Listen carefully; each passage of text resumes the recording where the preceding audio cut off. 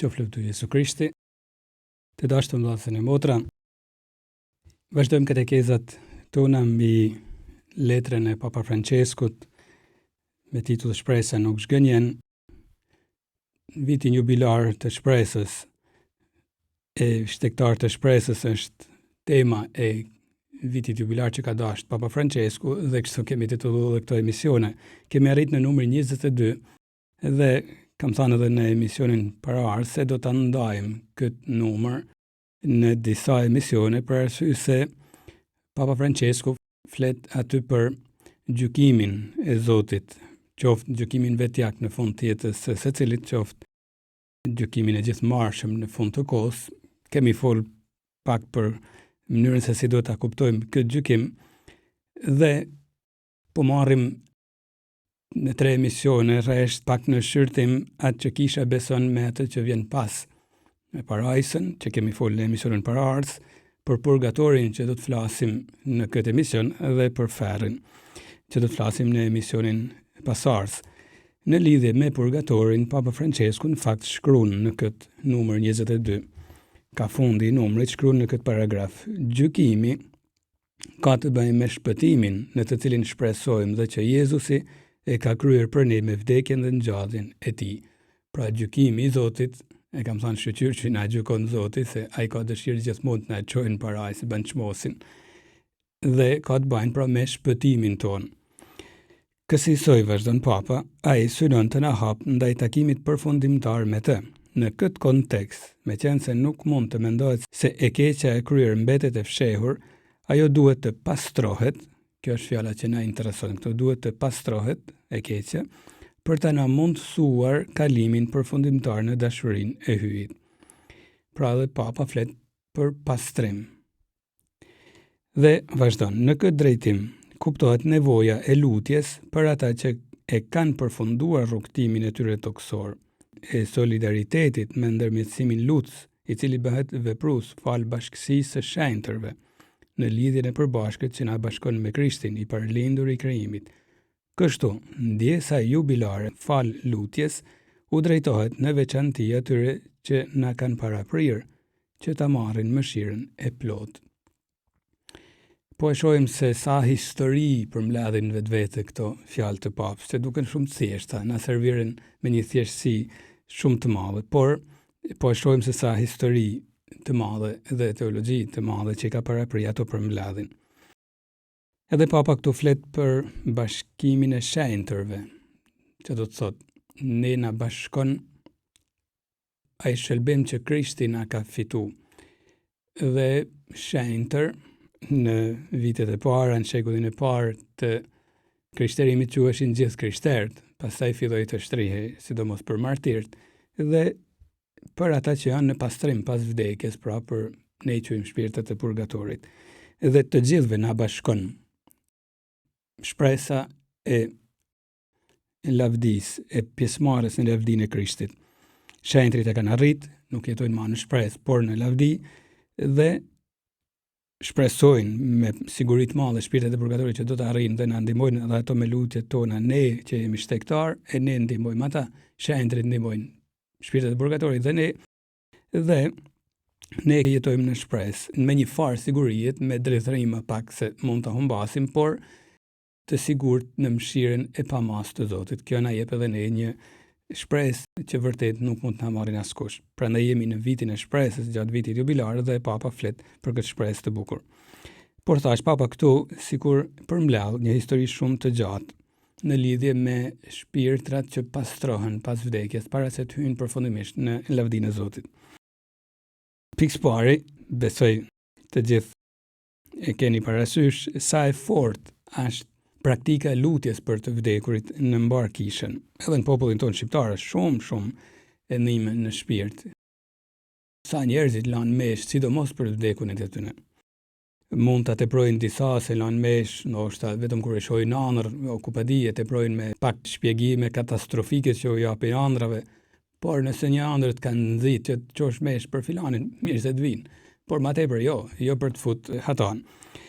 Pra mund të përdorin Zoti pastaj edhe ëndra shkresë e Zotit, por thash do të merret me maturi, mund të përdorin ëndër, mund të përdorin një mendim që të vjen kështu.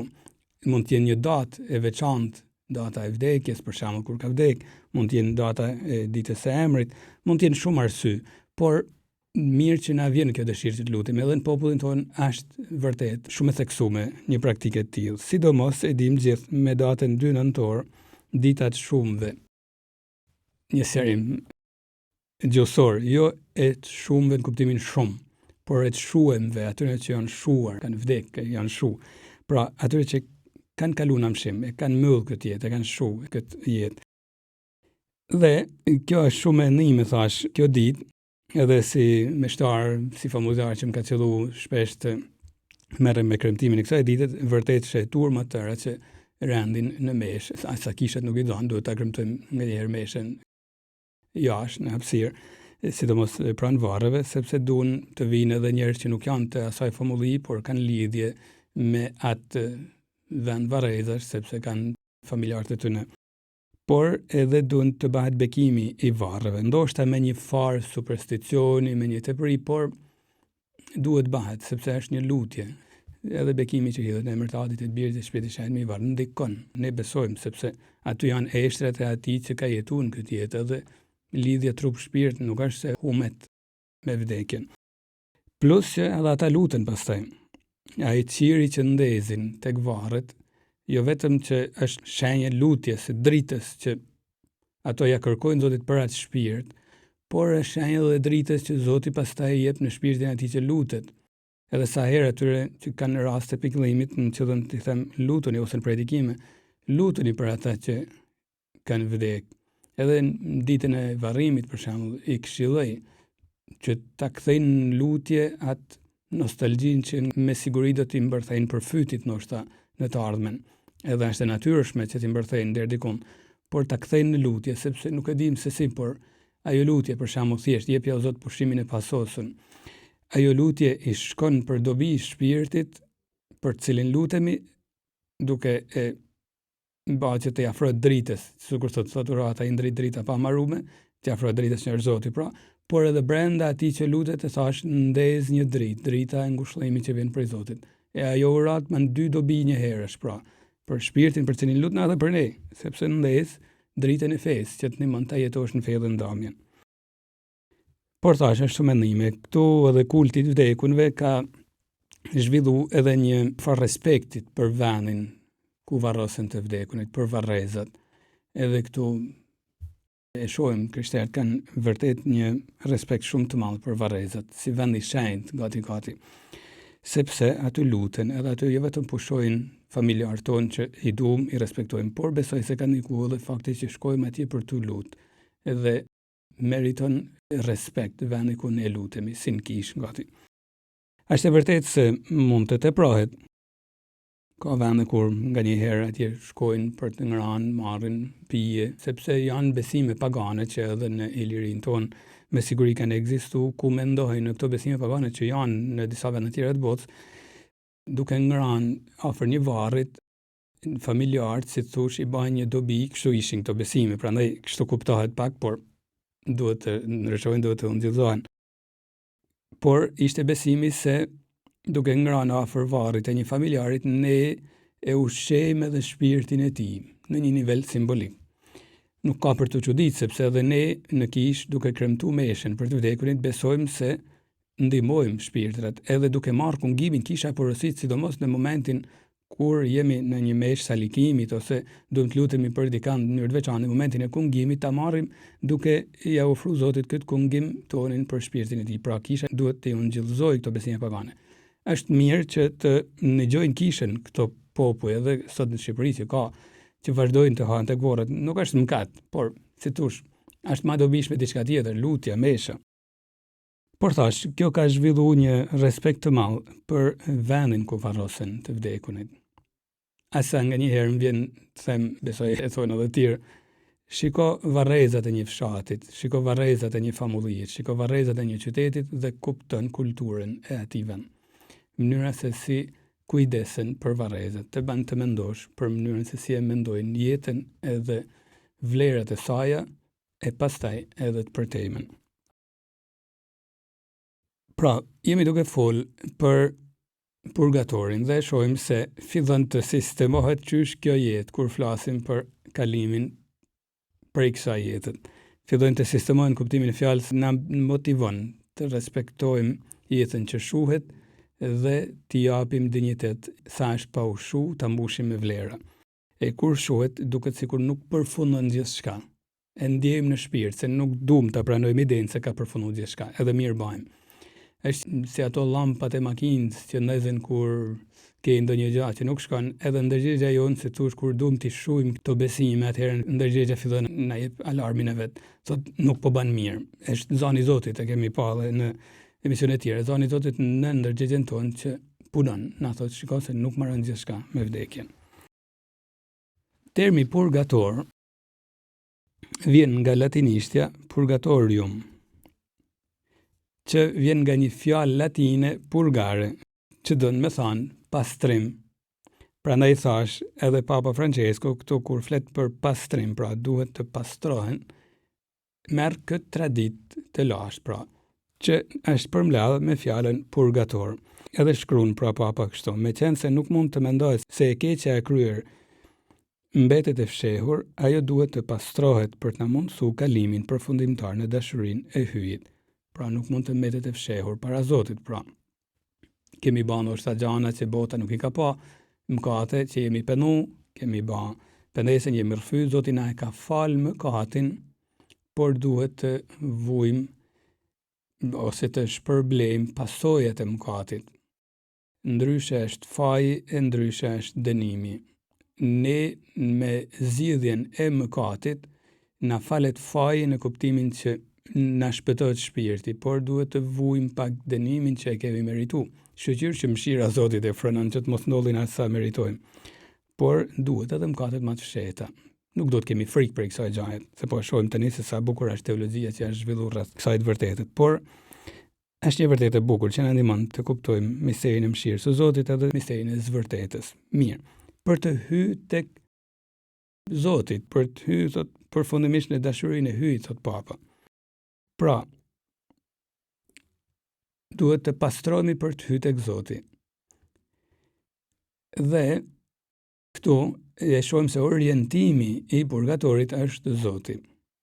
Është shumë ndryshe, po e themi qysh në fillim, që në mendjen tonë ta ndajmë diçka përfundimisht, sepse për ndryshe krejt vazhdimësia e këtij emision rrezikon të keq kuptohet. Çfarë do të thotë? Purgatori nuk duhet të krahasohet si gjysmë ferr. Ferri është tjetër gjë. Duhet të krahasohet me parajsën. Sepse në ferr nuk është më shpresa se do ta shohin Zotin, është dënimi i amshuar. E kjo është vujtja më e madhe, do ta shohim kur të vinë rradha. Por në purgator është e fortë për siguria se do ta shohin Zotin. E prandaj duhet të krahasohet me parajsën, edhe pse është edhe imshme edhe koha e purgatorit. Po i marrim me radhë, por ta sqarojmë çysh në fillim. Duhet të shihet pra si ecje drejt parajsës. E vetëm kështu do ta kuptojmë gjithë atë që do të themi në këtë emision. Po marrim pak shkrimin shenjtë, sepse në shkrimin shenjtë tekstet që flasin për purgatorin, do ta themi, janë të pakta. Teologët shkojnë bazohen tek disa tekste që pak a shumë ato po citoj, nuk ka më shumë të tjerë, por tekstet kryesore janë këto. Libri i dytë i Makabejve, që është shkruar në shekullin e 2 para Krishtit, sjell një episod në kapitullin e 12 ku Juda Makabej që po i printe një kryengritje pra kundër pushtuesve në Izrael, kur përfundon lufta, shohin se disa ushtar kishin marrë disa, si të thush, trupore të vogla, idhuj pagan, edhe thot, prandaj paskën vdek. Ka qërtimet e veta si fjalë, por kështu thot Juda Makabej, pra paskën pas një devijim në fe, e ne duhet lutemi për ta. Edhe çaban Juda Makabej ky pris, pra ushtarak, jep urdhën që të kushtohen flish përblimi për mëkatet e këtyre ushtarëve të vdekur, që t'i falin Zoti. Çfarë do të thotë? Do të thotë se pasi kanë vdek, Juda Makabej beson se kanë ende një periudhë ku mund të fitojnë mëshirën e Zotit. Nëse e thot Juda Makabej pra si pris i një kryengritjet, është pasqyrë se ekzistonte si bindje, si të thush në bindjen e popullit ekzistonte, nëse e thot një prejs, nuk e imponon nga lartë, por e nxjerr në pa, sepse e kishte marrë në formimin e vet, që fëmijë ndoshta nga prindët e vet, por edhe nga katekezat e ndryshme në popull, pra e nxjerr në pa, e kemi në Shkrimin e Shenjtë. Në Ungjillin e Mateut, Krishti thot një fjalë shumë interesante. Thot: çdo faj e blasfemi do t'u falet njerëzve, kurse blasfemia kundër Shpirtit Shenjt nuk do të falet. E nëse ndokush thot ndonjë fjalë kundër birit njeriut, mund t'i falet faji, por nëse ndokush thot ndonjë gjë send kundër Shpirtit Shenjt, nuk do t'i falet as në këtë, as në botën e ardhshme. Interesant, Krishti ndan dy periudha kur mund të fitojmë faljen, as në këtë thot, as në botën e ardhshme. Pra, e lën hapësinën se mund të ketë një periudhë ku mund na falen fajet edhe pas vdekjes. E këtë e ka kap me intuitën e tij geniale që ishte Papa Gregori i Madh. Mbaj mend si tani një profesoreshe e historisë së Kish na thoshte ishte një pap i madh, edhe unë besoj, thoshte, ishte papa më i madh që ka ekzistuar ndonjëherë. Papa Gregori i Madh në shekullin e 6. Ai ka shkruar shumë gjëra fantastike. Në librin e 4 të dialogjeve, në numrin 4, shkruan pikërisht duke komentuar këtë pjesë të Ungjillit. Thot: në lidhje me disa faje më të vogla, duhet të besojmë se paragjyqi të gjithëmbarshëm është një zjarr që pastron. Termi i zjarrit do të na dalin shpesh përballë në këto minuta. Po vazhdojmë atë që thot Papa. Ai që është e vërteta, pra Krishti, thot se kushdo që do të thot blasfemi kundër Shpirtit Shenjt, nuk do të falet as në këtë, as në botën e ardhshme. Nga kjo fjali ne kuptojmë se disa fyerje mund të falen në këtë jetë, ndërsa disa tjera në jetën pas vdekjes. Shumë interesant. E Papa Gregori thuhet se kishte një përvojë të vetën personale, prej ku erdhen edhe mesht gregoriane pastaj. Unë besoj me asa kam informacion, besoj se nga këtu ka lind praktika shumë e përhapun edhe në popullin ton për 33 mesht gregoriane, sepse thuhet një herë Papa Gregori i vdiq një mik i veti dhe filloi të lutej shumë. Pas 33 ditësh, ai në një vegim e pa shpirtin e tij duke shku në parajs, sepse në ato 33 ditë kremtonte mesht çdo ditë vetëm për të. Ka mundësi që murgjit pastaj, murgjit e shumë, sidomos benediktin, që kishin një lidhje që është fillim shumë të fortë me Papa Gregorin, duhet ta kenë përhap e në Shqipëri benediktin për 10 shekuj, nga shekulli 6 deri në 16, kanë qenë një prani shumë e fortë. Ato duhet ta kenë përhap fuqishëm një për shpirtërit të tillë. Por thash, Krishti flet pra për mundësinë që të na falen disa faje pas vdekjes. Në letrën e parë drejtuar Korintianëve, në kapitullin 15, Shën Pauli flet për një rit interesant që bajnë krishterët e parë, pagëzimi të vdekurve. Pra thot, prandaj thot disa pagëzohen për të vdekurit. Ne mund të na çudisin me drejt, çfarë do të thotë? Si, shkoj unë pagëzohem për dikant tjetër? Jo. Shën Pauli thjesht thot ndodh thot në bashkinë e krishterëve. Pra na jep si informacion. Kishte filluar të praktikohej. Si duhet ta kuptojmë? Fjala pagëzim do të thotë zhytje. Ne pagëzohemi për të zhyt vetë në jetën me Zotin. Në Ungjill, Krishti e përmend fjalën pagëzim te Ungjilli i Shën Markut, kapitulli 10, rrethta 38-40, aty ku dy vëllezërit, Jakobi dhe Gjoni, kishin shkuti, thonë, zotëri, kur ti jesh mbret, ban që trim njërin e të majtën, tjetrin e djathtën. Krishti thot, nuk dini ç'a lypni. A jeni të Zot të pagëzoheni me atë pagëzim me cilin unë pagëzohem? Po jemi të Zot. E Krishti ka fjalën për mundimet e veta, pra. Ka mundësi që ky ritual që Shën Pauli thot ekziston, pagëzim për vdekurin, nuk bëhet fjalë për pagëzimin sikur e konceptojmë ne sot në emërtatit e të Birit të Shpirtit të Shenjtë që fillon jeta krishtere. Por nën kupton edhe mundimet, vujtjet, pra i kushtojmë dhimbjet e jetës përditshme për të vdekurit. Si thosh, pra, i vujmë ne mundimet e purgatorit vetëm që tu lehtësohen të vdekunve të shkojnë në parajs. Por është një ritual interesant.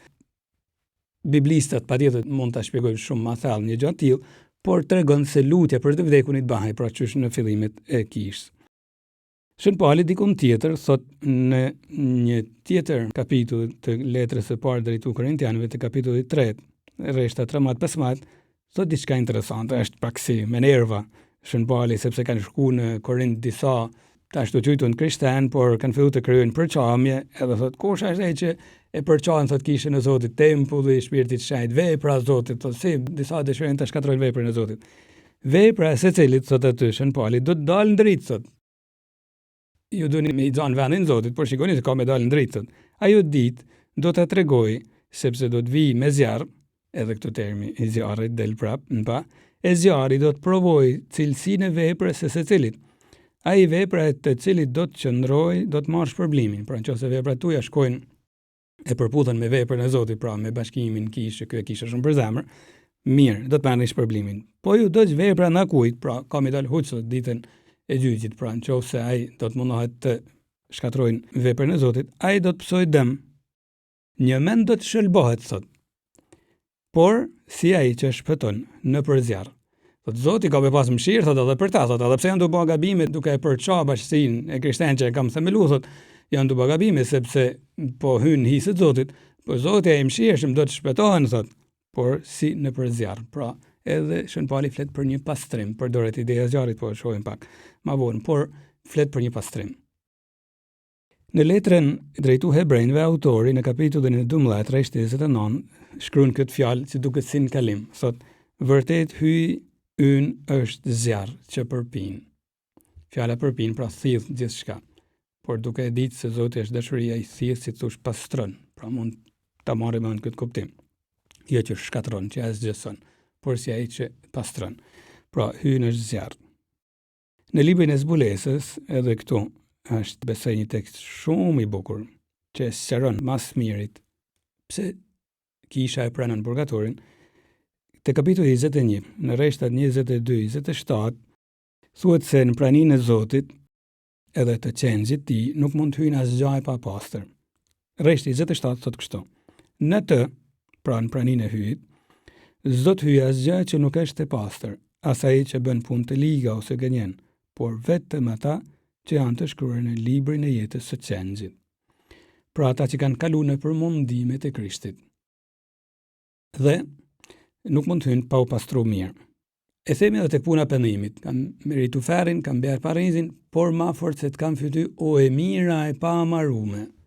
Si mund pretendojmë të hyjmë në praninë e atij që është mirësia e pafundme, kur i kemi disa kleçka brenda nesh? Duhet pastrimi, nuk e meritojmë ferrin, në kuptimin që nuk jemi të kësi, nuk kemi vdek me mëkat mortar dhe pa u penu për këtë mëkat mortar. Pra, kemi vdek me një farë pendeset, por a është barabar si ai që jeton shenjtërisht, si ai që jeton pak a shumë shenjtërisht? Jo. Ka një periudhë pra që do në pastrimi se nuk mund të hyet në këtë vend ku hyn vetëm ai që është i pastër. Po marrim pak traditën e kishë, sepse tema është delikate, sa për ta sqaruar sa delikate është tema. Në kishat lindore ortodokse nuk pranohet masivisht, nuk e pranojnë purgatorin gjithë. Protestantizmi e skualifikon krejt, nuk e pranon hiç. E po shohim se sa delikate është. Duken tema kështu që pse duhet t'i diskutojmë, por shikoni se kanë hap debatet më aja në kishë. E deri në kohët e sotme vazhdojnë të jenë. Prandaj kisha katolike, edhe disa nga kishat lindore, por kisha katolike e mbron këtë vërtet sepse është aty. Gjithmonë ka qenë aty në traditën e kishë, si mund ta heqim? Plus që mistik do ta shohim se e kanë këshillu fuqishëm. Thamë, gjithmonë ka qenë lutja për të vdekunit në traditën e kishës. Qysh në beslidhen e re e pa me ka gjurmë. Bile, arkeologjia thot se janë gjetë në përvarret e krishterëve të parë lutje për të vdekunit. Pra do të thot se jo vetëm Bibla është një dokument, por është edhe arkeologjia. Pra vazhdonin lutjet e të vdekunit. Vari normalisht është pas, në kuptimin e fjalë, për luteshin edhe pasi kishte kaluar ndonjë kohë nga vdekja e personit. Por qysh në fillimin e kishës, shumë interesante, do ta shohim kur të flasim pak për rrëfimin, ka ekzistuar jo vetëm zgjidhja e mëkateve, por edhe pendesa për mëkatet, sikur se e kemi edhe sot. Ti kur shkon të rrëfesh, prifti thot për pendes, thuj 3 aty, thuj 3 falimri, por mund të jenë në një mëkat më serioz edhe thot të bësh diçka tjetër që nuk mund të jenë ndoshta vetëm lutja, ku di rozari kështu, por mund të jenë ndonjë vepër konkrete, pendesa pra. Ka ekzistuar pendesa. E nëse dikush vdes, duhet të bajnë edhe pendesën e duhur. Përkon pra plotësisht me sakramentologjin edhe ideja e purgatorit. Pendesa thame për damin e bam. Kam dëshirë ta sqaroj edhe me një shembull shumë të thjeshtë. Nëse unë rrëfem për një mëkat, Mëkati mund të jetë për shembull si dikush që ngul një gozhd në mur. Pendohet dhe shkon dhe heq gozhdën. Po por dami në mur mbetet aty. Vrima e gozhdës ka mbet aty, dami, muri është dëmtu. Kështu është rrëfimi. Rrëfimi ma fal mëkatin, pra heqi gozhdën, edhe nuk shkoj në ferr. Por damin që kam lënë aty, kush e rregullon? Nëse unë i kam vrarë djalin dikujt, sa damin e kam kriju? Edhe e kaloj me një rrëfim kështu. Kam kriju një dam të jashtëzakonshëm. Kam përmys histori të tana, jo vetëm zemrën emocionale pra, por edhe histori jetët konkrete, ja kam vështirësu dikujt. Është e drejtë që unë të paguaj damin, shqyr që më ka shëlvu shpirtin pendesa për mëkatin e mëshira Zotit. Prandaj kisha e mbështet e pranon edhe idenë e një pendese që vazhdon edhe pas vdekjes.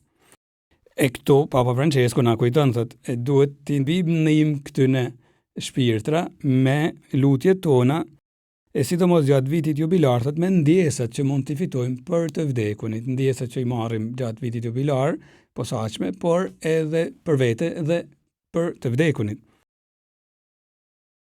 Pastaj, në traditën e kishës, qysh në shekullin e 10, në Perëndim, për kujtimi liturgjik që thame pra me 2 nëntor për të shumt, ka fillu qysh në shekullin e 10, pra ka gjurmë histori. E sidomos në për manastire, aty ka fillu ma shumë, sepse shumë çka aty është përpunu teologjikisht, patjetër është natyrshme. Sidomos në shekullin e 11, filloi të flitej masivisht pastaj në predikime për purgatorin si një gjendje paralele, si thush me ferrin, por edhe me parajsen, por thash me dallimin e qartë që duhet ta mendojmë jo si vujtja e ferrit, por si eci drejt Parizit, por filloi të flitej për praninë e purgatorit që në shekullin e 11.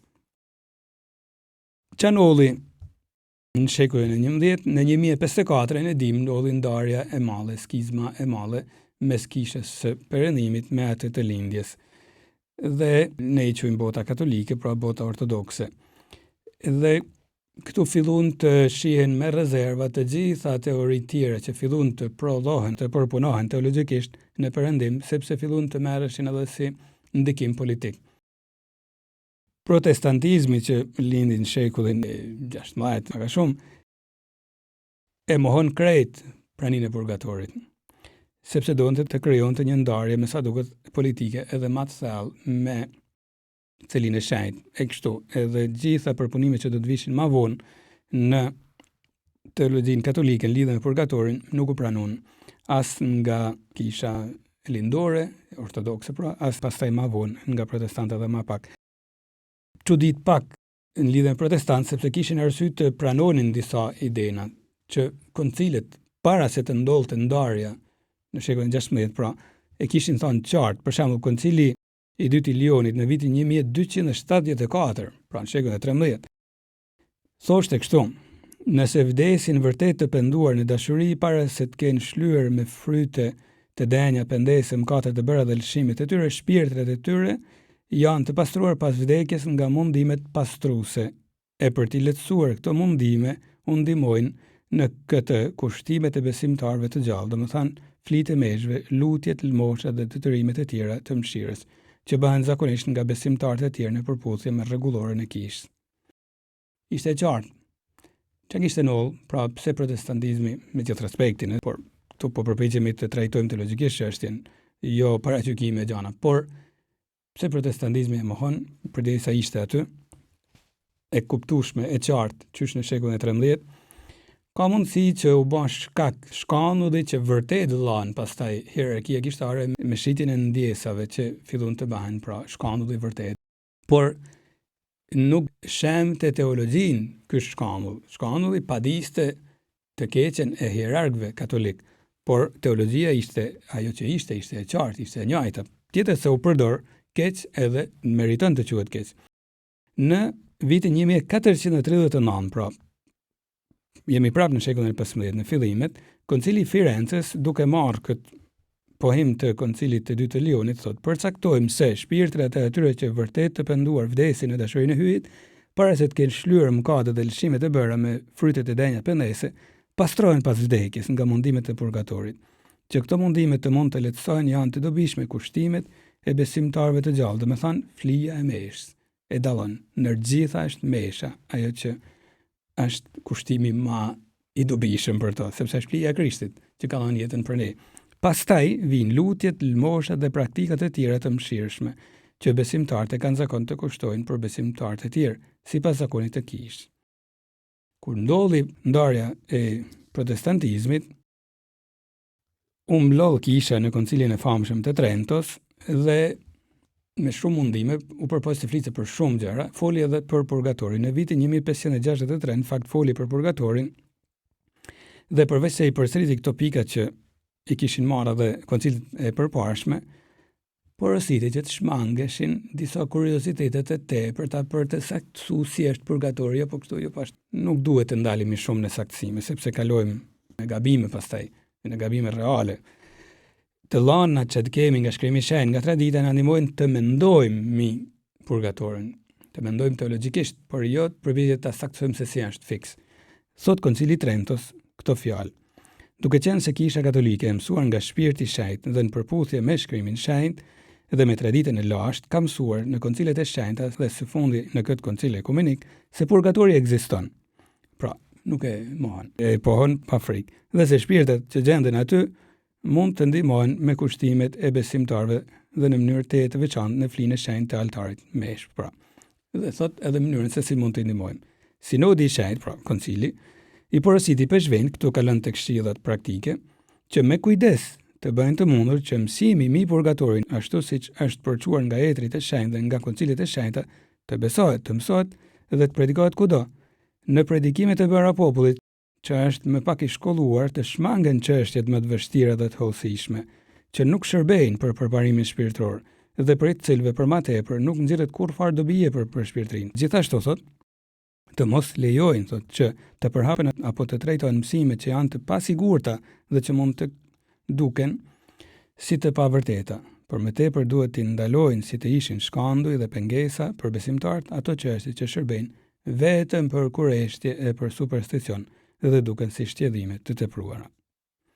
Gjithë këtë tradit, Koncili i Vatikanit II, që është zhvilluar nga 1962 deri në 65, ka folë për ekzistencën e purgatorit, por interesant nuk është nalë në detajet e shumta. Tek Kushtetuta Dogmatike Lumen Gentium në numrin 49 thot vetëm këto fjalë. Disa prej ndjekësve të Krishtit janë shtektar mbi tokë, ne që jemi në këtë botë ende pra.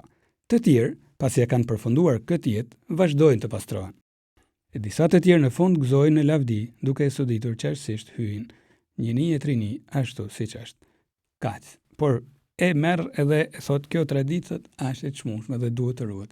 Pra disa vazhdojnë të pastrohen edhe pas vdekjes. E shtjellon më gjatë në vitin 1992 hierarkia kishtare këtë vërtet te katekizmi i Kishës Katolike në numrat 1030-1032 ku thot pak a shumë, se janë pak më gjatë, por thot pak a shumë këto fjalë. Ata që vdesin në hirin dhe në miqësinë e hyjit, por janë të papastruar plotësisht, edhe pse janë të sigurt për shpëtimin e tyre të amshuar, gjithsesi i nënshtrojnë pas vdekjes së tyre një pastrimi me qëllim që të arrijnë shenjtrinë e nevojshme për tyr në gëzimin e qiellit.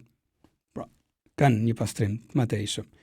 Kisha e quan purgator këtë pastrim përfundimtar të shpirteve të zgjedhur, që është krejtësisht gjë tjetër në krahasim me mundimet e dënuarve, pra me ferrin. Mësimin në lidhje me purgatorin Kisha e ka formuluar sidomos në koncilet e Firences e Trentos, që i citum pak a shumë. Duke u bazuar në disa pjesë të shkrimit shenjtë, tradita Kish flet për një zjarr që pastron. Ky mësim mbështetet edhe mbi praktikën e lutjes për të vdekurit, për të cilët flet shkrimi shenjtë. Qysh në fillimet e saj Kisha e ka nderuar kujtimin e të vdekurve dhe ka ofruar për ta kushte, sidomos flinë eukaristike, në mënyrë që të pastruar ata të mund të arrijnë pamjen e lumit hyjit. Kisha porositë dhe lmoshat, ndjeset dhe veprat e pendesës në dobi të vdekurve. Pra, nuk e jek një presje traditës së shnosht e të lashtë 2000 vjeçare të Kishës. Thot, purgatori ekziston dhe duhet të lutemi për shpirtet atyre që kanë kaluar në amshim. Të njëjtën gjë, bashkë me hierarkinë, e kanë bërë edhe shumë mistik. Unë po përmend vetëm disa edhe që ta kuptoni se nuk janë 2-3, por po përmend disa që kanë folë ma shumë për purgatorin, po janë shumë tjerë që të t'i la. E pa me Papa Gregori Mall, kishte një përvojë vetën, pra me atë mikun e vet që ka lënë në amshim. Por Shën Benedikti nga Norça ka pas përvojë të tilla dhe ka dëshmi për këtë. Shën Bernardi i Clairvaux, shenjtja Elizabeta e Hungarisë, shenjtja Elizabeta e Portugalisë, shenjtja Brigilda Suedisë, shën Nikola i Tolentinos. Ky mbahet nga tradita dhe si pajtori për shpirtet e purgatorit. Shenjtja Francesca Romana, shenjtja Katerina Suedis, shenjtja Teresa e Avils. Shenjtja Teresa e Avils, kur përfundon librin e saj të famshëm Kështjella e Brendshme, i porosit kush ta lexojnë këtë libër në fund kret, thot le të luten për mua që me siguri në saj të mëshirës së Hyjt në atë kohë do të jem purgator. Pra lutuni për mua, thot, sepse kishte pasur edhe përvojë shumë të purgatorit. Shenjtja Katerina nga Gjenova, shenjtja Margherita Maria Alacoque, ajo e famshme që ju shfaq Krishti dhe promovoi devocionin e zemrës Krishtit. Shenjtja Veronika Giuliani, shenjtja Faustina Kowalska, shenjtja Gemma Galgani, shën Piun nga Pietrelcina, Padre Pio. Elumja, nën Speranca e Jezusit, që do ta citojmë pas pak. Maria Sima, një austriake e vdekur në vitin 2004.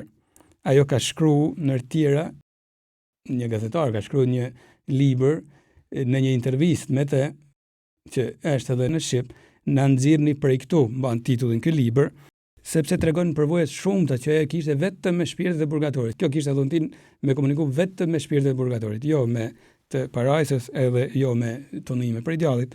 Ishin tjerë që kishin përvojët të ndryshme. Për shembull, shërptoria Hyjt Natuzza Evolo, edhe kjo mistike italiane që ka vdekur në 2009, ajo shihte shpirtet e parajsës, shpirtet e purgatorit, tundoi pak nga djalli, kishte përvojë nga më të ndryshmet, por fliste shumë për shpirtet e purgatorit. E shumë të tjerë thash. E kuptoni se me citu se cilin prej tyre është e pamundur, e po veçojmë vetëm në njërin. Për shembull, shenjtja Katerina nga Gjenova, shumë e famshme, në shekullin e 15, thoshte se më shumë gëzim se shpirtet e purgatorit kanë vetëm shpirtet e parrizit. Ka që madh gëzimin purgator. Jemi mësuar ta imagjinojmë vetëm vendvujtjet. Po shohim se nuk është veç gëzim, por gëzimi është në maksimum, thot, vetëm parrizit ja kalojnë gëzimit të shpirteve të purgatorit. Por njëkohësisht thot vujtjes tyne ja kalojnë vetëm ata që janë në ferr. Ato jetojnë në këtë dualizëm. Të mësohemi, të animojmë fantazinë tonë të jetë për vujt, të dinë me u përkul para misterit, por të mësojmë fantazinë tonë të jetë për vujt, është krijesa dhe fantazia e jonë, nuk është e gjithë pushtetshme. Si mund të jetohet pra mes gëzimit më të madh përveç shenjtave të parrizit dhe vujtjes më të mëdha përveç shpirteve në ferr? Me sa duket mund të jetohet, si, nuk e dim. Ajo thoshte këtë gjë, shenjtja Katerina nga Gjenova, se kur shpirti e sheh pa përsosmënin e vet përballë mirësisë e pafundme të Zotit, vën re se lindet një dëshirë për të pastruar. Purgatori lind nga brenda. Kjo dëshirë mund ta quajmë purgator, dëshirë mu pastru. Dhe ajo përdor këtë fjalë, hidhet në purgator për të gjetur mëshirën e madhe e për të shly pa pastërtitë. Shpirti që hidhet në purgator vetë, thot. Interesante se si pra del të kjo mistike ideja e qartë se shpirti vetë zgjell me shku në purgator. Një shenjtëresh tjetër, shenjtja Veronika Giuliani, në shekullin e 16, një shekull më vonë, pra shkruante këto gjana. Në gjyqin vetjak, kur shpirti e sheh mirësinë e pafundme të Hyjt dhe fyrje që i ka bërë kësaj mirësie me mëkatet e veta, me dëshirën e vet shkon me vrap në purgator, i gatshëm për gjithçka dhe me plot dëshirë që të pastrohet, vetëm e vetëm që të mund t'i afrohet Hyjit, i cili është kaq i mirë, sepse në qiell nuk mund të hyjë asgjë e papastër. E citum të libri i zbulesës e thotë, te Zoti nuk mund të hyjë asgjë e papastër. E te puna e pendimit ne i themi Zotit e mira pa marrume. Kjo thoshte përballë pastërtisë së madhe të Zotit, shpirti vet shkon në purgator. Ndonjë mistik tjetër thotë se edhe purgatori, sikurse edhe ferri edhe parajsa, pas kanë nivele, e këtu çmendet prap fantazia jonë, që dëshirojnë të kuptojnë gjitha. Por është fakt, ndonjë mistik që është shpall nga kisha i shenjtë, pra edhe pranohen me maturinë e duhur, edhe zbolesat që janë bërë përmes tij. Dhe ka edhe nivele thotë purgatori, pra shpirti din të shkojnë edhe te niveli i vujtjes që e shef se meriton në purgator. Pse duhet çuditemi? A ju kanë ardhur gjithve që të bani ndonjë pabesina në kujt? Në një faj. Besoj se kanë ardhur. Qysh fëmijë na kanë ardhur gjithve? Përballë prindve dhe në jemi i skeq. Nuk na bëhet të shohim në sy. Për fajin që kena bën. E kur jemi të rritun është e njëjta dinamik. E njëjta gjë vazhdon përballë mirësisë së Zotit pas vdekjes. Nuk jemi denj, ulim kokën, nuk jemi denj t'i dalim para. Është mirësia pa marrume, nuk është i rrept si gjykat, se kjo është paganizmi që kemi në shpirt. Por ne vetë nuk na bëhet ta shohim sy. E kemi në shpirt paganizmin, ku Zoti bën gjithçka. Sigurisht ishim ne në vend Zotit, me sa duket do të banim namin për të treguar sa të fortë jemi. Jo, Zoti nuk e bën atë punë. Por përballë mirësisë së tij, përballë të vërtetës që ai pastaj na vën përpara, e shohim se e meritojmë, duhet të pastrohemi. Dhe bëjmë një pengesë, kemi qef edhe në këtë jetë, të bëjmë një pengesë të meritume përballë na kujt që ja kemi bënë një padrejtësi. Shetja Faustina Kowalska në vitet 30 të shekullit 20 thoshte: "Pash engjëllin e rojës që më urdhroi ta ndiqsja. Në një çast e gjeta veten në një vend të mjegullt, të pushtuar nga zjarri, edhe këto zjarri delën pa. Dhe në të pash një turm të madhe shpirtra që vuanin. Këta shpirtra luten me zell të madh, por pa efekt për veten e tyre. Vetëm ne mund t'i ndihmojmë. Flakët që dizdin ata, mua nuk më preknin. Engjëlli im i rojës nuk më braktisi për asnjë çast. I pyeta ata shpirtra se cili ishte mundimi i tyre më i madh. Dhe të gjithë një zëri mu përgjigjen se mundimi i tyre më i madh është dëshira e zjarrt që kanë për Zotin." Ne dojmë me pa Zotin, prandaj jemi këtu, sepse duhet pastrohemi dhe dëshirojmë ta shohim Zotin. Pash, thot zojën e bekuar që po viziton të shpirtet e purgatorit. Çuditet, se është edhe zojën aty, por nuk është ferr, por purgator. Dhe zoja ka një punti për të dhënë një ndihmë shumë të veçantë historinë e shëlbimit, e purgator me sa duket shkon ai freskon me lutjet e saj, me praninë e saj.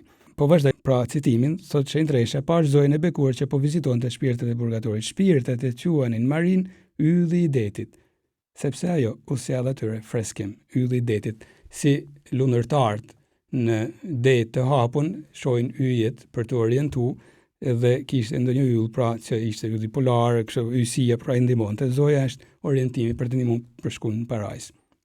Do të kisha dashur, vazhdon Shenjtresha, të flisja më gjatë me ta, por engjëlli i mirojës më bëri shenjë që të dalim dhe dolëm nga dera e atij burgu dhimbjeje.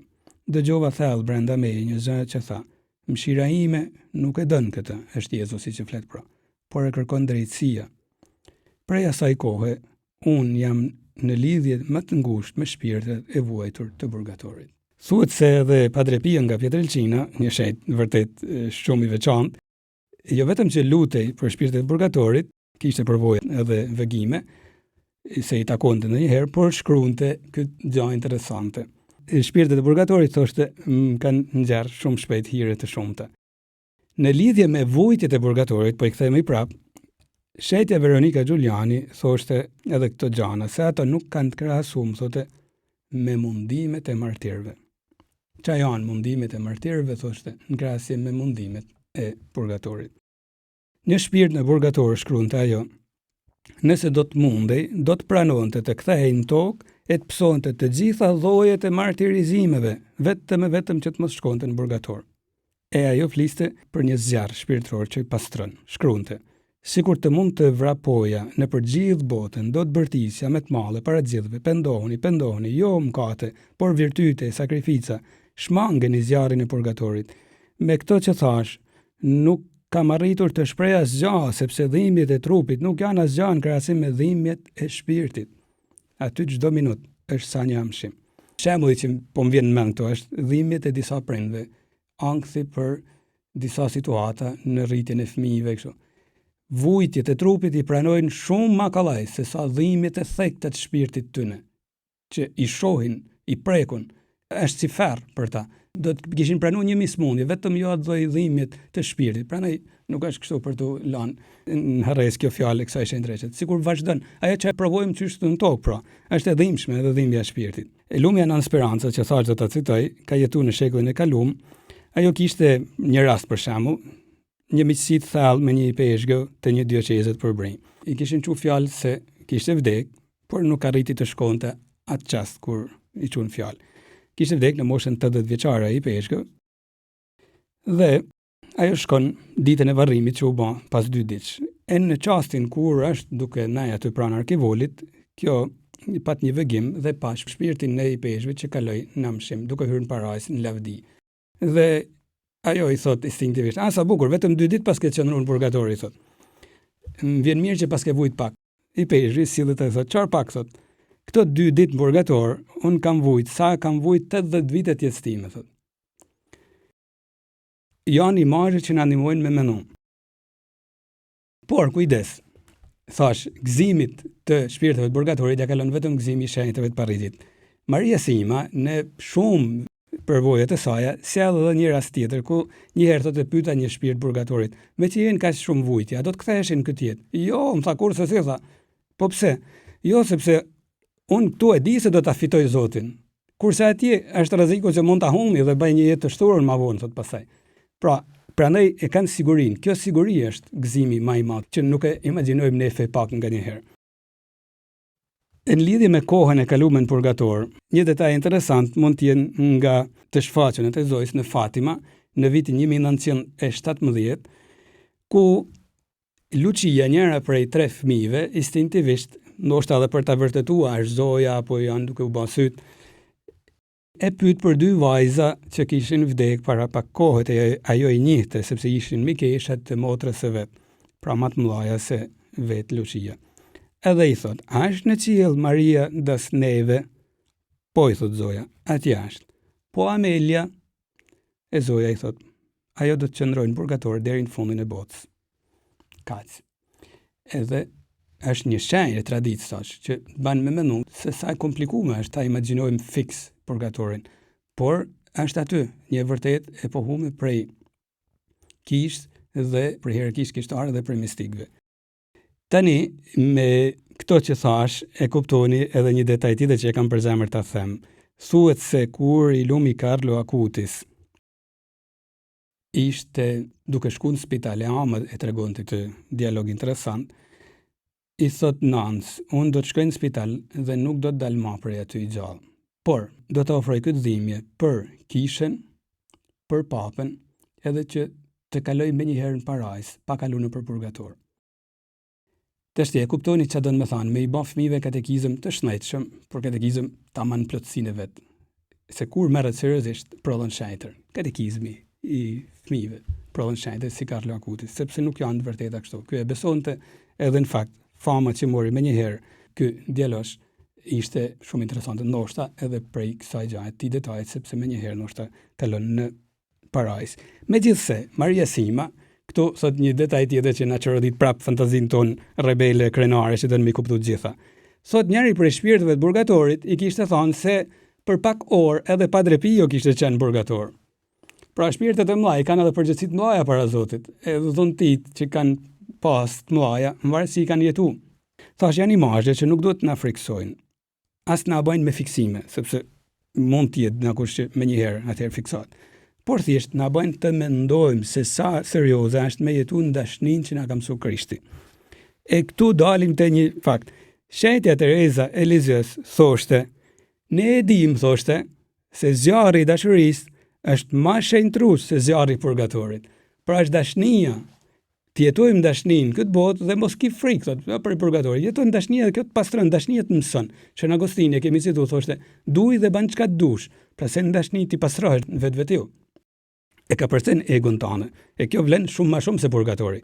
Pastaj, për të mos u fiksu pas praktikave të përume, nuk është shumë e rëndësishme që të rrim duke marrë ndjesat e plota, duke marrë këtë, duke marrë e duke bën praktika që të sigurojmë jetën e pasur. Rrfeju, pendoju për mëkatet tona, merr sakramentet. Dikush lutet për shpirtin e purgatorit, jeton pak në orën e shejt. Normal, lutesh kot. Nuk i pëlqen ta ndëgjojnë këtë fjalë, por lutet kot, shko rregullo situatën dhe do të jetë shumë më ndryshe situata. Ti besojmë asaj që kisha mëson si parësore, këto i mëson si dytësore këto praktika, nuk do të thonë të parëndësishme, por dytësore, parësore janë jeta jonë me Zotin në dashni, me njëri tjetrin në dashni, sakramentet, pastaj lutja, të jemi të krishterë aktiv në botë, e kjo na riparon përmendën. Pra krishterë me kam në tokë. Don Bosco thotë të jetojmë me mendën në qiell e me kam për tokë. E kështu e shohim se si Papa Francesco, pra duke shkruar këto fjalë te numri 22, sikur i vën vullën e pranon gjithë këtë traditë madhe, hierarkia dhe mistik, dhe thot duhet lutemi për ata që kanë kaluar në mshim, që të pastrohen thot. E kështu i ndihmojmë edhe na, sikur se edhe shejtit e parrizit, i ndihmojmë shpirtet e purgatorit që të hyjnë në lavdinë e Zotit Trini. Koncili i dytë i Vatikanit në Lumen Gentium 49, derisa të vi Zoti në lavdinë e tij, shoqëruar nga të gjithë engjëjt, dhe pasi të jetë shkatëruar vdekja dhe të jenë nënshtruar të gjitha gjërat, disa prej ndjekësve të tij janë shtektar mbi tokë, i citum. Të tjerë pasi e kanë përfunduar këtë jetë vazhdojnë të pastrohen, e disa të tjerë në fund gëzojnë në lavdi duke çuditur qartësisht hyjnë njëni e trini, ashtu siç është. Por të gjithë, edhe pse në nivele të ndryshme e në mënyra të ndryshme, komunikojmë me të njëjtën dashuri ndaj hyjit e ndaj të afërmit dhe i këndojmë hyjit ton, po të njëjtin himn.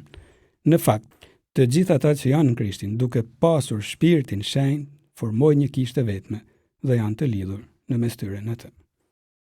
Zoti na ndihmoft në jetën tonë e në lutjet tona për këtë shpirt e tani të marrim bekimin prej Zotit. Ju bekoft hyjë gjithë pushtetshëm, Ati, Biri e Shpirti Shenjtë. Amen.